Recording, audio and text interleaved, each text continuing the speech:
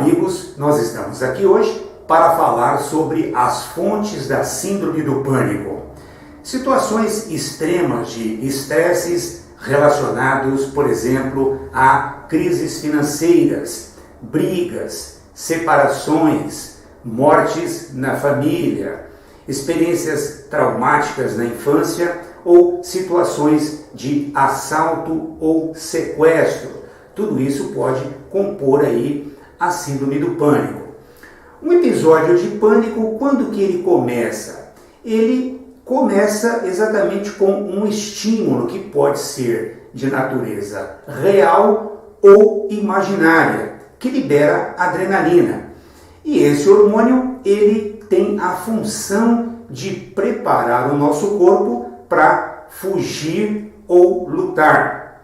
E aí vocês podem estar me perguntando, quais são os sintomas?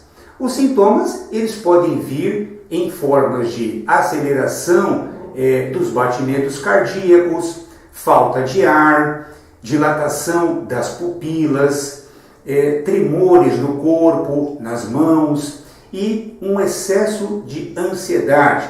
Tudo isso segundo os especialistas. Dentro de uma manutenção, para que a gente evite essa possível crise de uma síndrome do pânico, é muito importante que a gente tenha aí uma consciência dos nossos cuidados relacionados ao nosso corpo físico, mental e espiritual.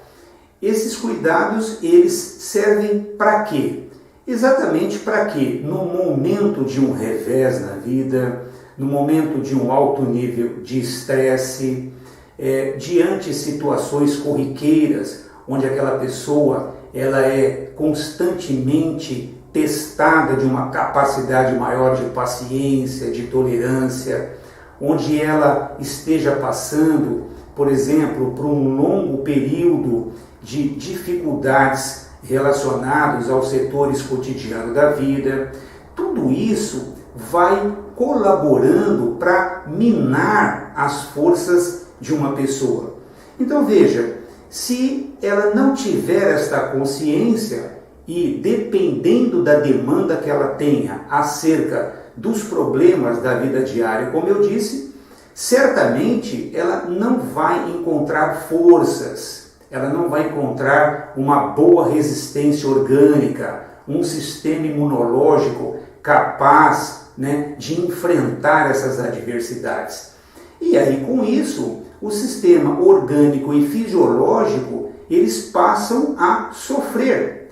E no momento em que uma pessoa precisa dessas capacidades para encontrar ali soluções para vencer esses desafios, vencer um revés de uma natureza emocional muito forte, ela acaba não encontrando esses recursos. E com isso, certamente, o seu campo psíquico vai sofrer, tá certo? E sem um bom preparo, ou, como eu disse, na manutenção desses aspectos, certamente, mais cedo ou mais tarde, essa pessoa vai desenvolver alguns sintomas e, dependendo desses sintomas e da demanda que ela tenha na interação com esses mesmos sintomas, ela acaba, muitas vezes, desenvolvendo uma síndrome do pânico. Então veja como é importante, não é, nós compreendermos a necessidade de um bom cuidado da nossa saúde. E aí a gente tem aí, naturalmente, outros aspectos, relacionados também, por exemplo, à má administração da própria vida, ou seja, no momento em que a gente não sabe administrar os nossos recursos financeiros, por exemplo, nós acabamos aí gastando muitas vezes mais do que os recursos que a gente ganha durante o mês.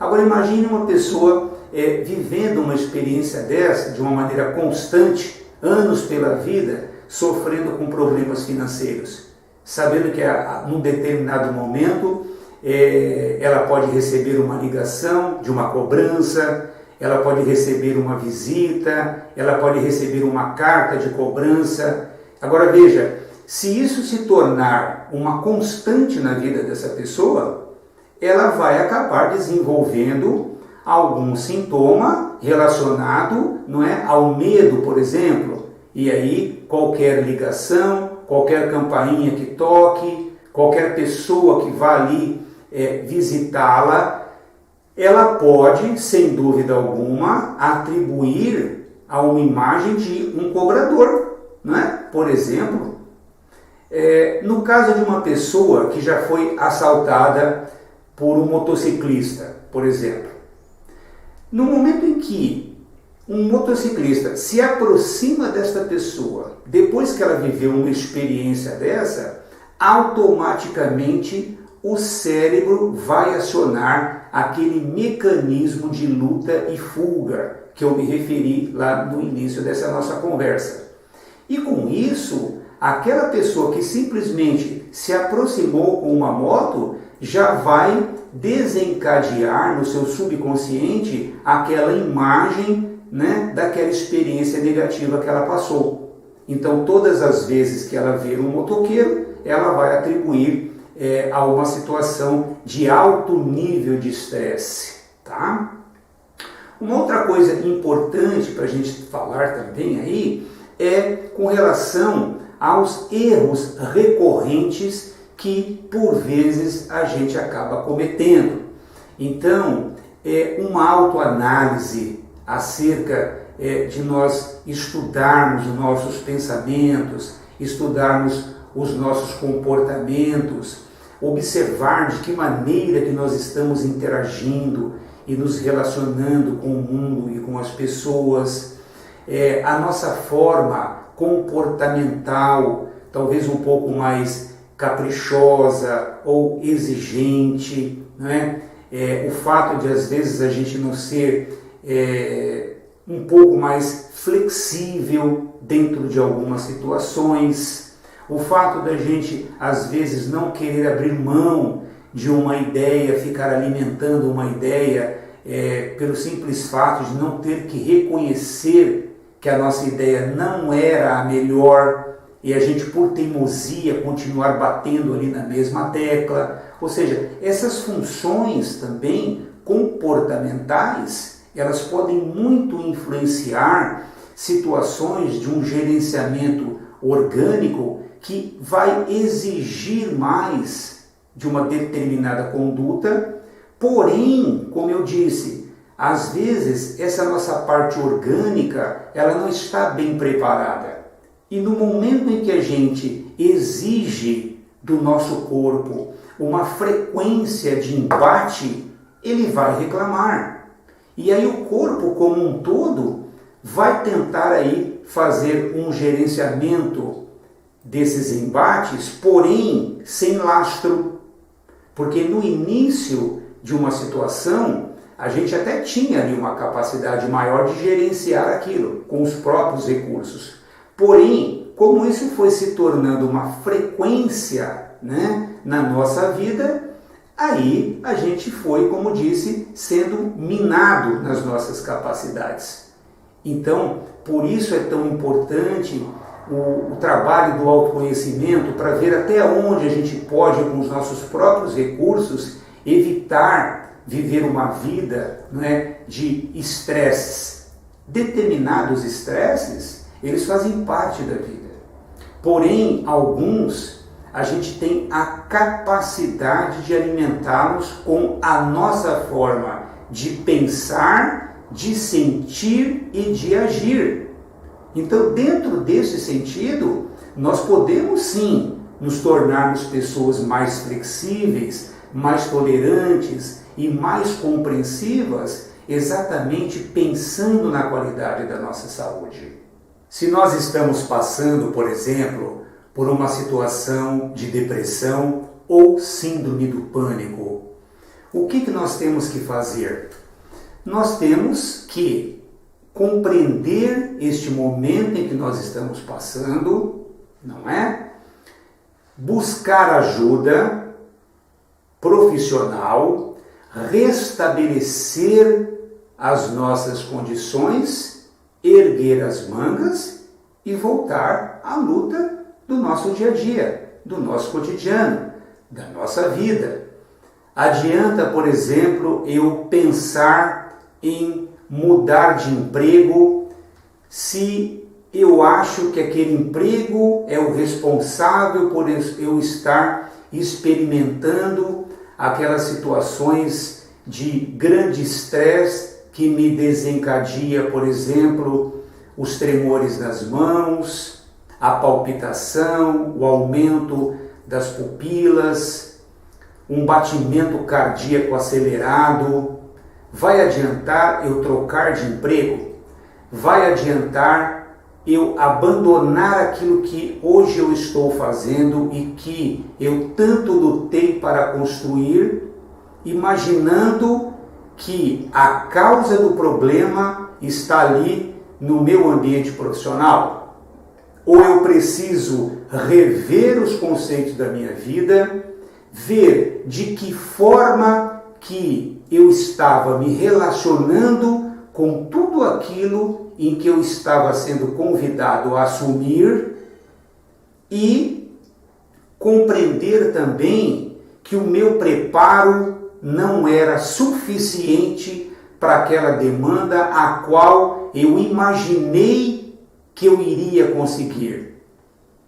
Então isso nós precisamos, de uma maneira muito consciente, muito responsável e adulta, estudar o que de fato faz, por exemplo, no momento em que eu passo um alto nível de estresse no meu ambiente profissional ou dentro de um relacionamento, né? Ou dentro de um outro setor da vida que me convida a ter maiores capacidades, e ali eu não compreendendo isso, eu penso que se eu trocar de casamento, eu penso que se eu trocar de trabalho, eu penso que se eu trocar de país, tudo isso vai melhorar. Não, porque dentro desses mesmos setores eu apenas troquei, mas os problemas que muitas vezes são oportunidades disfarçadas de problema, me convida dentro daquele mecanismo que é luta e fuga. Porém, como eu não quero sair da minha zona de conforto, o que eu busco? No primeiro momento em que percebo que estou acometido por uma síndrome do pânico, fugir. E isso é natural, entre aspas, porque é uma reação automática de defesa. Porém, como eu estou mal preparado, eu não vou, para o enfrentamento, ou seja, para o bom enfrentamento. Eu não vou para a luta, eu vou para a fuga. Só que dentro das condições que eu me encontro, quando eu fujo para um outro lugar, para um outro ambiente, para um outro trabalho, para um outro relacionamento, eu levo eu mesmo nas mesmas condições que eu estava naquele outro cenário anterior que, por algum motivo, eu escolhi fugir. Então, é compreender de que forma que nós temos que nos preparar melhor, porque senão a gente vai passar uma vida fugindo. E o pior do que passar uma vida fugindo é imaginar que nós estávamos certos e que tudo aquilo que estava fora é que está errado. Porque nós não estamos numa boa condição de se autoanalisar. Nós não estamos reunindo condições para bem avaliar as nossas decisões. E com isso, nós vamos deixando rastros pela vida, prejudicando a nós mesmos e prejudicando as outras pessoas. Então, isso nós precisamos pensar. Na maioria das vezes, os problemas que nós enfrentamos, a origem deles está no nosso mundo interior, na nossa forma de enxergar a vida e as pessoas, na maneira que nós buscamos no inconsciente para nos auto-sabotar. E aí a gente começa a transferir responsabilidades, projetar responsabilidades para o mundo de fora. Então, tudo que passa a acontecer na minha vida que não é bom, a responsabilidade eu transfiro para o mundo de fora. E não é desta forma que nós vamos solucionar os grandes problemas da nossa vida. É assumindo a direção da nossa vida, percebendo que nós precisamos estar melhor preparados e com grandeza e com atitude nós decidirmos buscar ajuda de uma maneira séria e comprometida, não apagando o incêndio, porque se ficar um pequeno foco, ele volta a incendiar. E aí, como a gente não está bem resolvido, a qualquer sinal de estresse, nós vamos fazer o quê? Fugir novamente. Então, é muito importante para que a gente possa continuar avançando na nossa vida de cabeça erguida, é nos responsabilizarmos por tudo aquilo que nos acontece. Nós somos os maiores responsáveis. E para isso nós precisamos ter coragem de assumir isso, definitivamente. Parar de responsabilizar as pessoas. Nós temos capacidades, temos inteligência, poder de raciocínio, temos pessoas à nossa volta que sempre estão procurando estender uma mão amiga. Nós temos hoje, dentro da medicina, grandes possibilidades de reverter quadros desta natureza. Mas, para tanto, nós precisamos ter um atributo muito importante do espírito, que é a vontade. Porque sem vontade, por mais que as pessoas estejam ali tentando nos dar um suporte, nós não vamos sair desta triste condição. Em resumo, nós temos aí situações extremas de estresses, situações mentais e comportamentais, situações psicológicas e de natureza emocional, situações orgânicas e também fisiológicas, e desta forma, com todos esses setores de importância para nós cuidarmos, nós precisamos entender qual é o peso que nós temos que dar a cada um deles, sabendo que todos esses setores eles se conversam, porém, dependendo da situação em que nós estejamos inseridos, vamos precisar de estar com um pouquinho mais forte, ora um outro, outra hora uma questão de natureza mais emocional vai ser requerida para eu superar aquela situação. Uma outra hora eu vou precisar, por exemplo, estar com as minhas condições mentais bem nutridas de oxigênio, com os pensamentos refinados, para que eu possa bem enxergar as coisas que estão chegando para mim e não confundir as informações, porque eu estou talvez num processo mais negativo, não é? Então veja, todos esses setores são fundamentais, porém dependendo da situação em que nós estejamos inseridos, nós vamos demandar mais de um ou de outro. Então, para finalizar essa nossa conversa, esse nosso bate-papo, eu quero perguntar para você, como você está cuidando de tudo isso? Qual é o grau de importância que você tem dado a cada um desses setores?